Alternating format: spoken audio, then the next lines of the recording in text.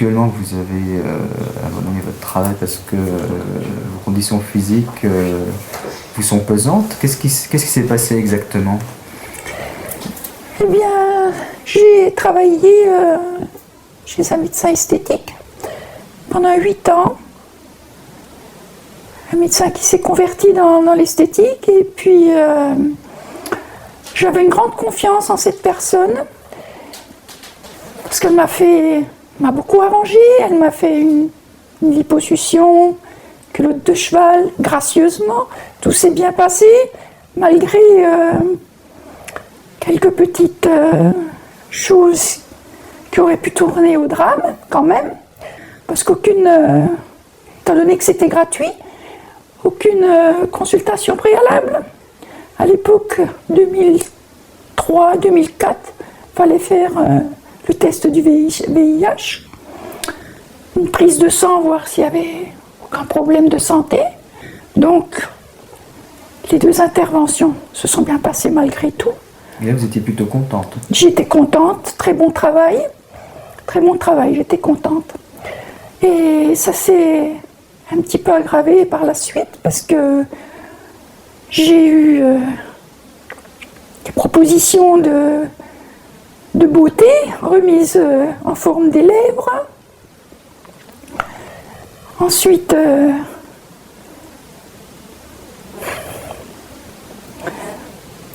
cou, les joues, toujours gracieusement, sans avoir à dépenser de l'argent, on y croyait. Puis le résultat, eh ben, il n'est pas si probant que ça, parce qu'on vous injecte un produit, vous ne savez pas ce que c'est, parce que c'est gratuit. Donc vous ne posez pas de questions. Et tous les 6 mois, vous avez une petite injection aux lèvres, parce qu'il faut que ça soit repulpé. Les joues, alors, pas de bas-joues, donc on met un fil pour tenir, pour remonter la peau, on va être plus joli. Un petit échec, mais c'est pas grave, on va le mettre au cou. Un mauvais placement, et puis on vous dit pas ce que c'est. On vous dit pas que c'est un fil qui est résorbable. Si, on vous le promet, on vous dit c'est résorbable. Donc vous faites confiance, parce qu'un fil résorbable, même s'il ne tient pas, bon, vous savez que résorbable, ça veut dire bon, que ça part, il n'y a plus de signes. Malheureusement, vous vous rendez compte quelques temps plus tard que c'est des fils crantés. Et les fils crantés, ça ne s'enlève plus. Ensuite, il y a des problèmes qui se greffent dessus, c'est-à-dire que vous avez des boules de graisse qui se forment autour des nœuds. On ne sait pas ce que ça va donner plus tard. Peut-être que ça se résorbera, peut-être que non. Alors comment je vais être plus tard? J'aurai mes boules qui se sont formées. J'aurai des rides, des plissures, peut-être pire. Mes injections aux lèvres, c'était pas tous les ans, c'était tous les 5-6 mois. Donc c'est de l'acide hyaluronique. L'acide hyaluronique, trop d'injections, ça vous déforme la lèvre, vous n'avez plus l'ourlet. Petite parenthèse, vous ne pouvez plus vous mettre du rouge à lèvres parce qu'il coule. Vous vous promenez avec votre tube de graisse. Vous vous graissez les lèvres parce qu'elles gercent. Ensuite, on vous dit, c'est pas grave, ça s'arrangera.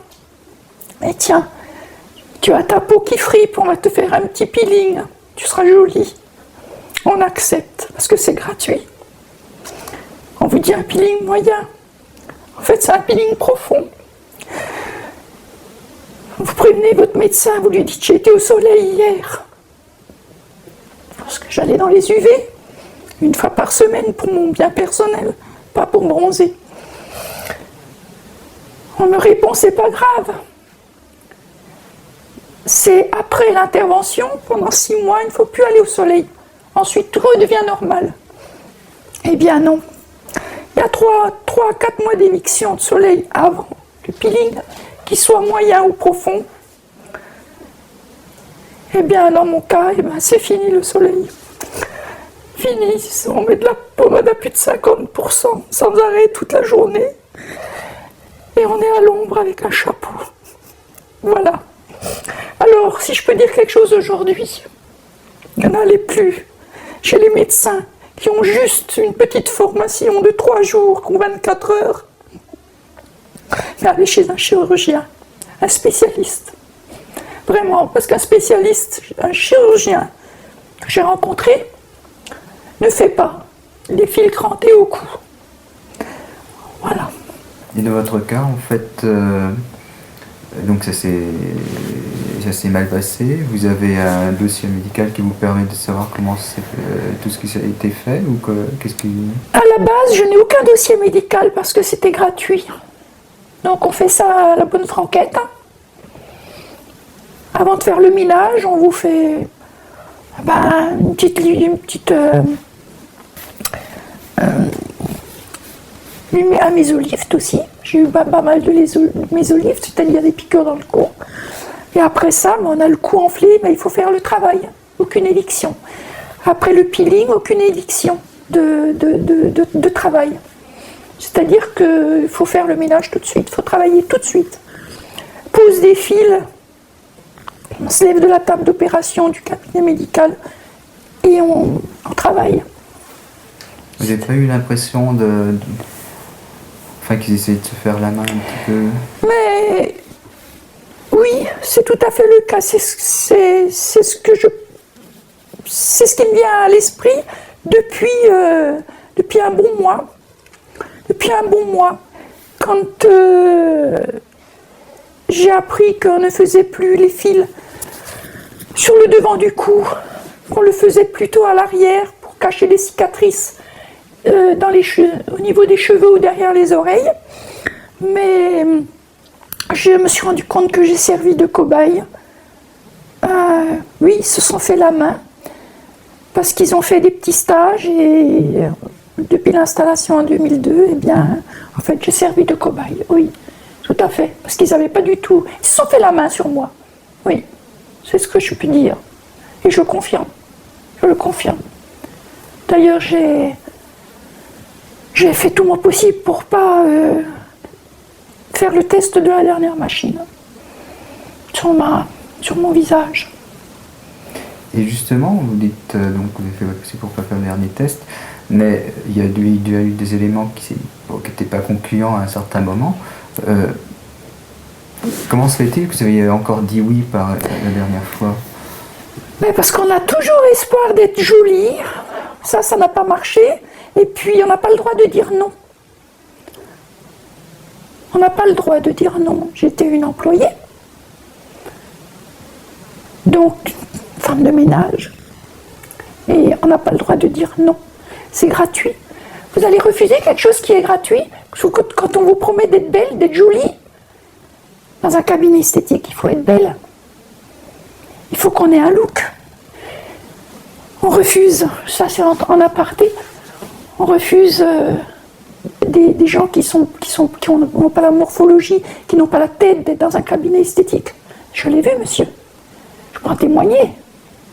Quand il y a des enfants anormaux qui viennent visiter un médecin dans ce cabinet, et puis qu'on dit qu'ils n'ont rien à faire ici, on n'accepte pas les Mongols.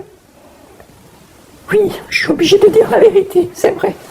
Et moi, quand j'ai été esquintée comme ça, parce que je suis esquintée, il fallait que je vienne travailler la nuit, pour plus qu'on me voie, pour plus qu'on me rencontre, pour plus que je rencontre les patients qui m'ont connue. On me traitait d'alcoolique, parce que ma peau était fichue après le peeling. On m'a dit de cesser de boire. Tout ça pour que les patients ne voient pas que ça vienne, ce peeling. Je devais mettre une écharpe pour pas qu'on voie mes boules au niveau du cou. Donc, plus tard, je venais, mieux ça valait. Ça valait mieux pour tout le monde. Et donc, mon spécialiste m'avait dit, en dermatologie, de fuir ce cabinet médical, de ne plus rester travailler auprès de ce monsieur. C'est ce que vous avez fait? C'est ce que j'ai fait. Je devais finir fin novembre et je suis partie plus tôt. Parce que j'avais peur. Voilà pourquoi accepté beaucoup de choses avant parce que c'est la peur, on a besoin de gagner un peu d'argent. On a un emploi, on le garde, soit avec les temps qui courent. Mais on ne pense pas être esclaté. C'est après qu'on réalise. J'ai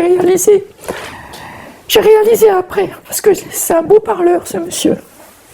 C'est un monsieur qui a deux facettes. Vous connaissez Docteur Moore? À peu près ça, pour moi. Pour moi, pas pour tous les patients. Parce qu'il y en a qui ne loupent pas. Ils ne loupent pas ses consoeurs. Ils ne loupent personne. Moi, il m'a loupé. J'étais bien placée, j'étais qu'une femme de ménage.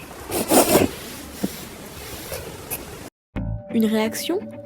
Un témoignage? Commentez ce reportage sur dijonsanté.fr.